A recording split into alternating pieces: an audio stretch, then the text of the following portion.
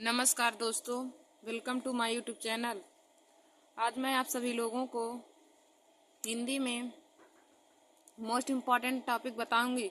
तो देखिए दोस्तों, आज का यह वीडियो हमारा SSC GD, RRB, NTPC, railway police, UP police और सभी कंपटीशन की परीक्षाओं के लिए है। देखिए दोस्तों, सभी प्रतियोगी परीक्षाओं में हमें स्पर्श व्यंजन, अंतस्थ व्यंजन, ऊष्म व्यंजन एवं संयुक्त व्यंजन के बारे में पूछा जाता है। तो दोस्तों, आज मैं आप सभी लोगों को इन्हीं सभी का डिफिनीशन और उनकी संख्या कितनी होती है उन सभी को बताऊंगी। तो दोस्तों, आप लोग हमारे इस वीडियो को जरूर देख लीजिए और अपने दोस्तों में भी शेयर कर लीजिए। तो देखिए दोस्तों, पहले हम आप लोगों को बताएंगे इन सभी लोगों का डिफिनीशन और वे कितने प्रकार के होते हैं, उनकी कितनी संख्या होती है, उन सभी को मैं बताऊंगी। तो दोस्तों, पहले आप देखिए, आप हेडिंग डालेंगे स्पर्श व्यंजन। आप लोगों को मैं पहले बताऊंगी कि स्पर्श व्यंजन किन्हें कहा जाता है। तो आप लोग हेडिंग डाल लीजिए स्पर्श व्यंजन। तो इनका डिफिनीशन लिखेंगे कि जिन व्यंजनों का उच्चारण करते समय हवा कंठ तालु, मूर्धा, दांत एवं ओष्ठों का स्पर्श करके मुख से बाहर आती है। जिन व्यंजनों का उच्चारण करते समय, देखिए दोस्तों, स्पर्श व्यंजन का हम परिभाषा लिखेंगे कि जिन व्यंजनों का उच्चारण करते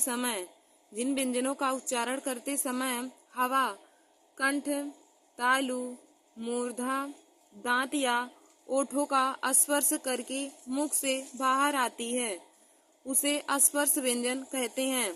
देखिए दोस्तों, स्पर्श व्यंजन की परिभाषा हो जाएगा कि जिन व्यंजनों का उच्चारण करते समय हवा कंठ, कामा तालु, कामा मूर्धा, कामा दांत या ओठों का स्पर्श करके मुख से बाहर आती है, उसे स्पर्श व्यंजन कहते हैं। अब दोस्तों, हम आप लोग को बताएंगे कि स्पर्श व्यंजन की संख्या कितनी होती है। तो देखिए दोस्तों, हिंदी वर्णमाला में स्पर्श व्यंजनों की संख्या 25 होती है। हिंदी वर्णमाला में स्पर्श व्यंजनों की संख्या 25 होती है और यह का से लेके माँ तक होते हैं। तो आप लोग इसका मतलब ट्रिक जान सकते हैं कि स्पर्श व्यंजन का ट्रिक कम होता है, यानी कि का से लेकर माँ तक, यानी कि का वर्ग हो जाएगा, हमारा का वर्ग हो जाएगा, चा वर्ग हो जाएगा, टा वर्ग, ता वर्ग और पा वर्ग। तो यह पांच वर्गों में हमारा 25 व्यंजन आ जाएगा और जिनको हम स्पर्श व्यंजन कहते हैं। 25 आ जाएगा जिन्हें स्पर्श व्यंजन कहा जाता है। तो का वर्ग से लेकर पा वर्ग तक हमारे स्पर्श व्यंजन होते हैं और स्पर्श व्यंजन के याद करने का ट्रिक है कम, यानी का से माँ तक। तो स्पर्श व्यंजनों की संख्या 25 होती है। देखिए दोस्तों, स्पर्श व्यंजन की संख्या 25 होती है। फिर हम अगला आप लोग को बताएंगे अंतस्थ व्यंजन। हमारा अगला हेडिंग है अंतस्थ व्यंजन। फिर हम अगला आप लोग को बताएंगे दोस्तों अंतस्थ व्यंजन। तो आप लोग हेडिंग डाल लीजिए अंतस्थ व्यंजन। तो इसका परिभाषा हो जाएगा जिन व्यंजनों का उच्चारण स्वर व व्यंजनों के मध्य होता है, उन्हें अंतस्थ व्यंजन कहा जाता है।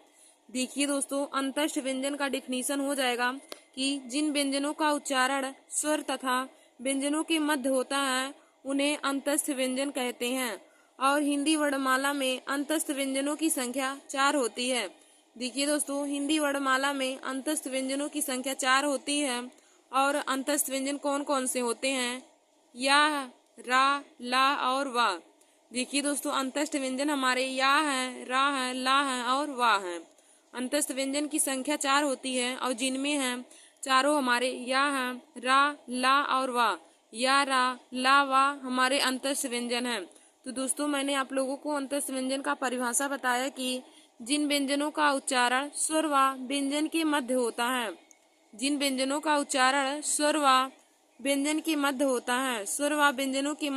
है, उन्हें अंतस्थ व्यंजन कहा जाता है।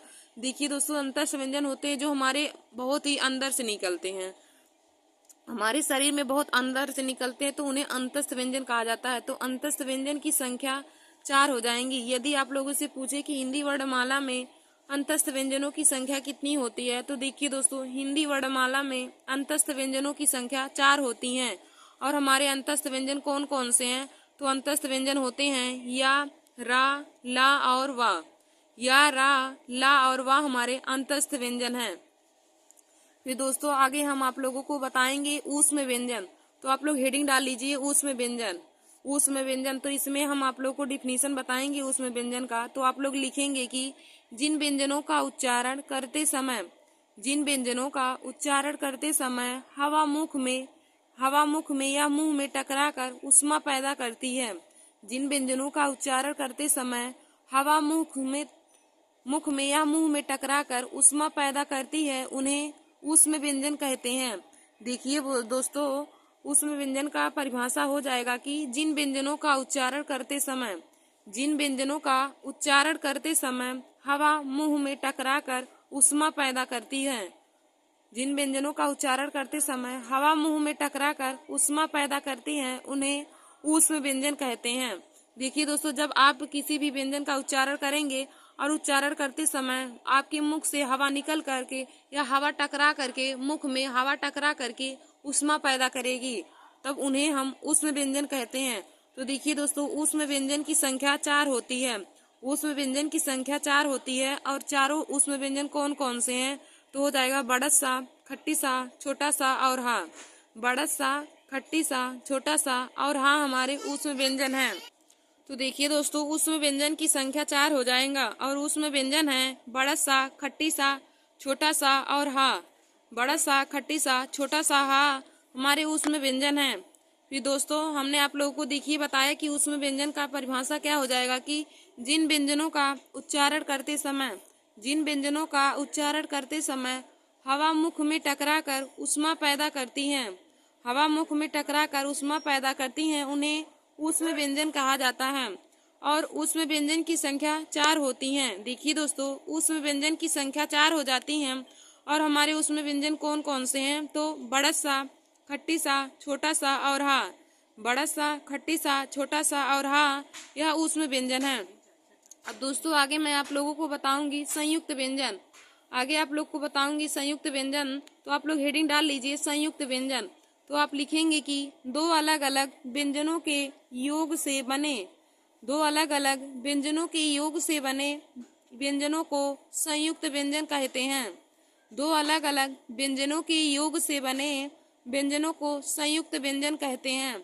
देखिए दोस्तों, संयुक्त व्यंजन का परिभाषा हो जाएगा कि दो अलग अलग व्यंजन, दो अलग अलग व्यंजनों के संयोग से बने व्यंजनों को संयुक्त व्यंजन कहते हैं और संयुक्त व्यंजन की संख्या 4 होती है।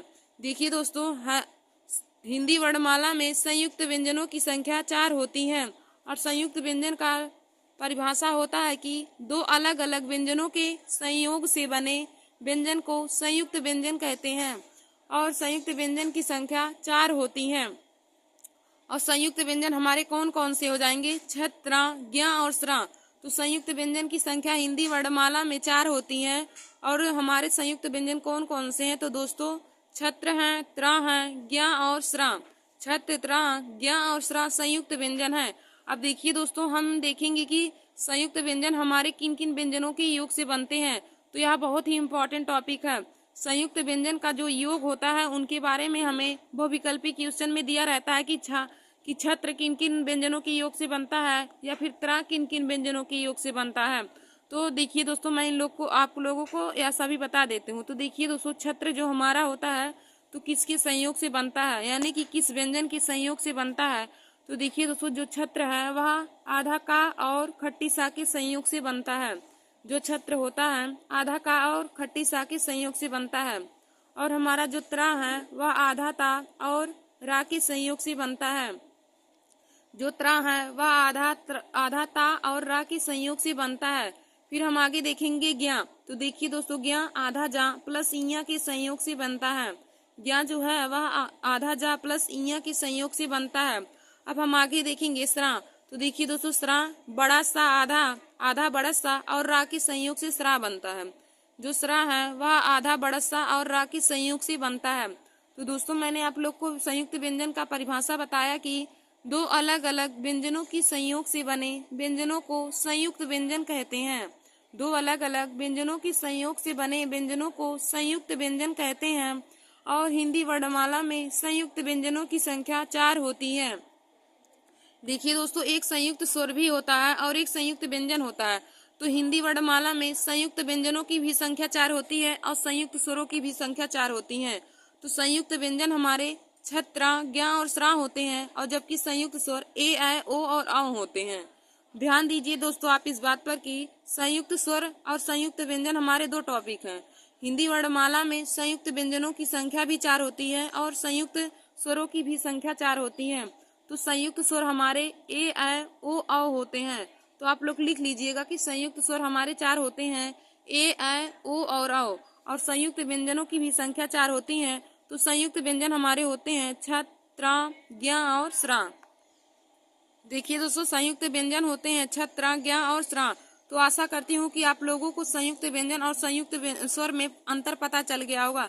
देखिए दोस्तों, संयुक्त व्यंजन और संयुक्त स्वर दोनों की संख्या 4 होती है, लेकिन संयुक्त स्वर हमारे ए, ऐ, ओ, औ होते हैं और जबकि संयुक्त व्यंजन छ, त्र, ज्ञ और स्रा होते हैं। तो देखिए दोस्तों, आज मैंने आप सभी लोगों को स्पर्श व्यंजन, अंतस्थ व्यंजन, ऊष्म व्यंजन और संयुक्त व्यंजन का परिभाषा और उनकी संख्या को बता दिया है। तो एक बार मैं फिर से आप लोगों को सभी का परिभाषा और उनकी संख्या बता देती हूँ।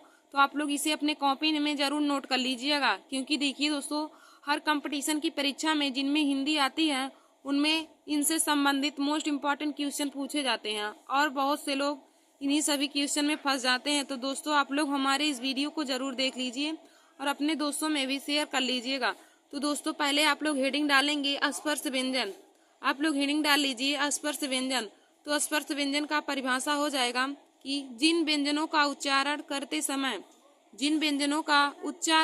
समय हवा कंठ, तालु, मूर्धा, दांत या ओष्ठों का स्पर्श करके मुख से बाहर आती है, उसे स्पर्श व्यंजन कहते हैं। देखिए दोस्तों, स्पर्श व्यंजन का परिभाषा हो जाएगा कि जिन व्यंजनों का उच्चारण करते समय हवा कंठ, तालु, मूर्धा, दांत या ओष्ठों का स्पर्श करके मुख से बाहर आती है तो उन्हें स्पर्श व्यंजन कहते हैं। और देखिए दोस्तों, हिंदी वर्णमाला में स्पर्श व्यंजन की संख्या 25 होती है।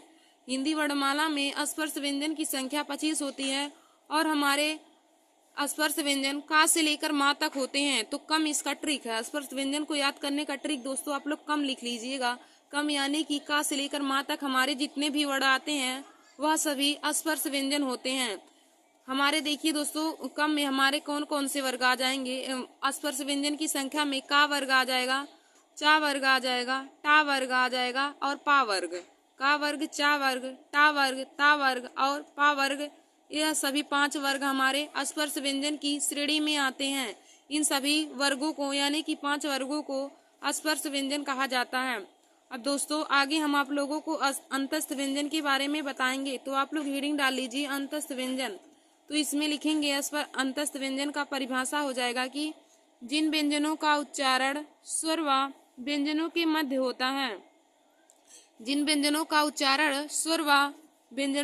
होता है, उन्हें अंतस्थ व्यंजन कहते हैं। देखिए दोस्तों, अंतस्थ व्यंजन का डिफिनीशन हो जाएगा कि जिन व्यंजनों का उच्चारण करते समय या जिन व्यंजनों का उच्चारण स्वर व व्यंजन के मध्य होता है उन्हें अंतस्थ व्यंजन कहते हैं। और हिंदी वर्णमाला में अंतस्थ व्यंजनों की संख्या 4 होती है। देखिए दोस्तों, हिंदी वर्णमाला में अंतस्थ व्यंजनों की संख्या 4 होती है और हमारे अंतस्थ व्यंजन कौन कौन से हैं। तो या हैं रा, ला और वा। या, रा, ला और वा अंतस्थ व्यंजन हैं। फिर हमारा अगला हमने आप लोग को बताया था ऊष्म व्यंजन। तो देखिए दोस्तों, अगला ऊष्म व्यंजन है। तो आप लोग ऊष्म व्यंजन हेडिंग डाल के इसमें परिभाषा लिखेंगे कि जिन व्यंजनों का उच्चारण करते समय हवा मुख में टकराकर ऊष्मा पैदा करती है, उन्हें ऊष्म व्यंजन कहते हैं। देखिए दोस्तों, ऊष्म व्यंजन का परिभाषा हो जाएगा कि जिन व्यंजनों का उच्चारण करते समय हवा मुंह में टकराकर ऊष्मा पैदा करती हैं, उन्हें ऊष्म व्यंजन कहते हैं। अब देखिए दोस्तों, हिंदी वर्णमाला में ऊष्म व्यंजनों की संख्या 4 होती है। हिंदी वर्णमाला में ऊष्म व्यंजन की संख्या 4 होती हैं।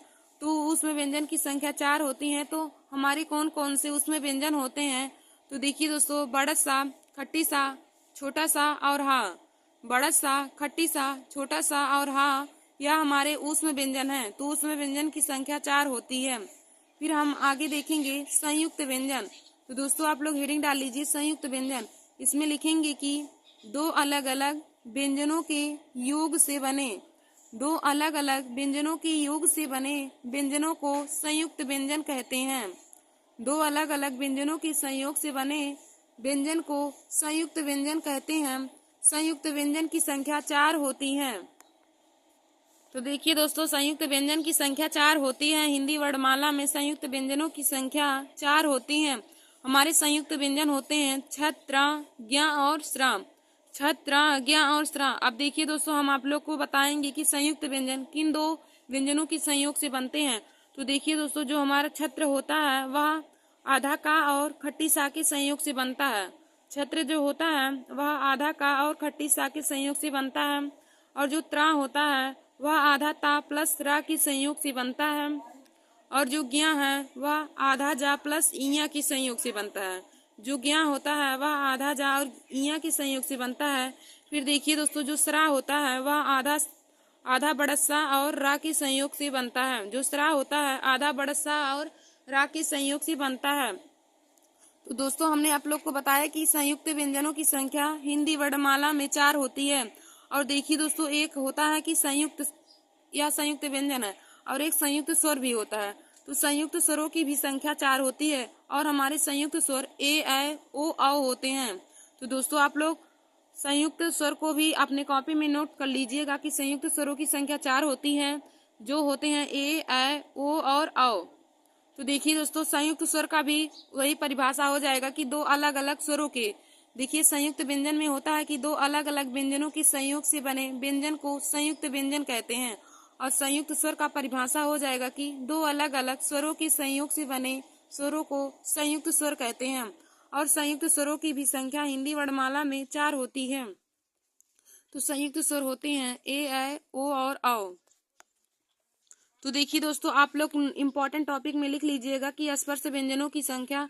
तो स्पर्श व्यंजन की संख्या हिंदी वर्णमाला में 25 होती है। हिंदी वर्णमाला में स्पर्श व्यंजन की संख्या 25 होती है। तो हमारे स्पर्श व्यंजन का से लेके माँ तक होते हैं।